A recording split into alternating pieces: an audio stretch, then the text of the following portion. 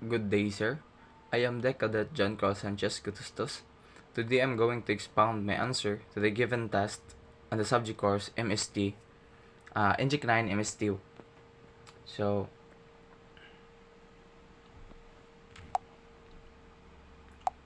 yeah. Task number 1. A 3 tons weight is posed at the tip of the jib of a crane leads 30 degrees with the horizontal.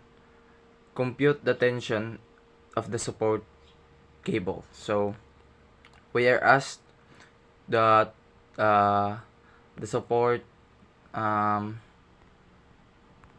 we asked the support here, the cable here, the how much is the tension of that cable. So you have this. This is our free body diagram.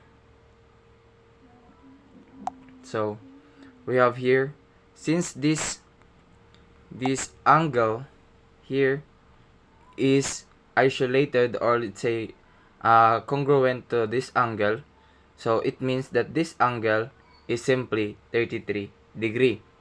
By so, we have this summation of MC is equal to 0. We're looking for our T. T is equal to 16 meter and 33 degree. Here, the angle of this area, which is 33. Then minus 3, the weight, 3 tons, the weight of the object here. Next, times 16 is equal to 0. We have our T is equal to 3 times 16 over 16 sine 33 degree. Now, our T is equal to 5.5 tons. Task number 2.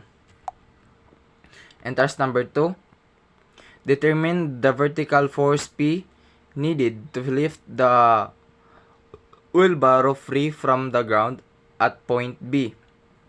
The combination weight of the wheelbarrow and its load is 240 lb. Concertained at J and create the certain gravities. Here we are asked to determine the vertical force P. We are asked to determine the force of vertical force here, the P. How much force will be added so that the wheelbarrow will be lifted from the ground.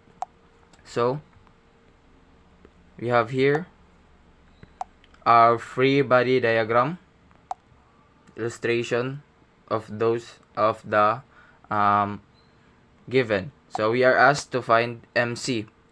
So we have here 240, the weight of the wheelbarrow, times 8. So here, plus P, minus P, the force, is 16 here, times 19 plus 22 plus 8. Just simply add this. Then is equal to 0. So 240 times 8 is equal to P times 48. So we are asked for P. Simply put this here. So we have that. So by pressing to calculator, we have this.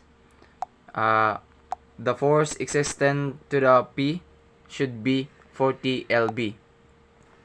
Task number 3. Task number 3. And the structure shown above, compute the force existent by the pillar on the rod R at the jaw upon the application of 8 newtons force and the handles. So, we are asked to compute the force existent. So, force, we're looking for the force. So, we have here the force.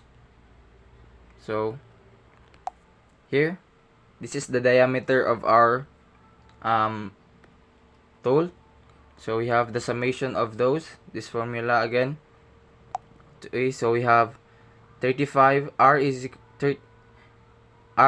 35 minus 80 times 95, so is equal to 0. So since we're looking for R, we have this. So R is equal to 80 times 95 all over 35. So our R is the force R.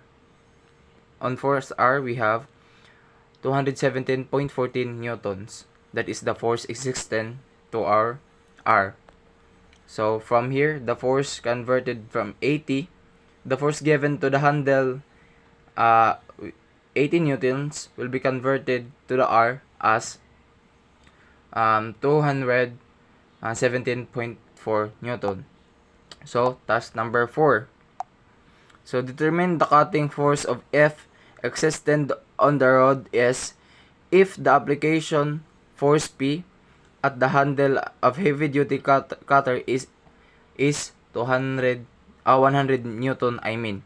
So take note the details of joints CDE is equal to 15 degree, CDE is equal to 15 inch.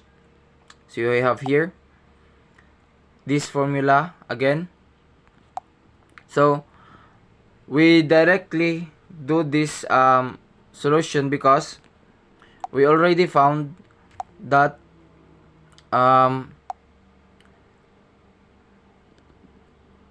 because the A is given, we have 15 and 15 inch. So we don't need to look for A, the tons or the tons A, because it's already given. So we have here 100 times 22 plus 4.5 plus F times 2 minus 15, because our R is equal to 15 degree because it is given. So times 4.5 sine 15 degree is equal to 0. So we have here, by pressing to the calculator, we have that. Now we have our force. Since we're looking for force, we have force is equal to 15 times 1.6 times minus 2650 divide all over 2. So we have here 17.4 minus 2650 all over 2.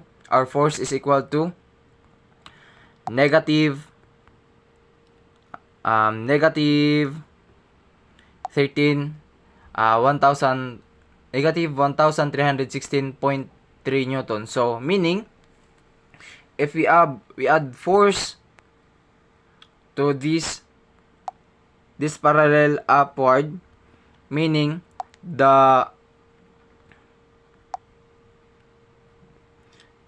force will be converted here downward. So meaning mubuka ni siya if imo siyang i-push diri I mean. So that's why we have this negative force. So that's all, sir. Thank you.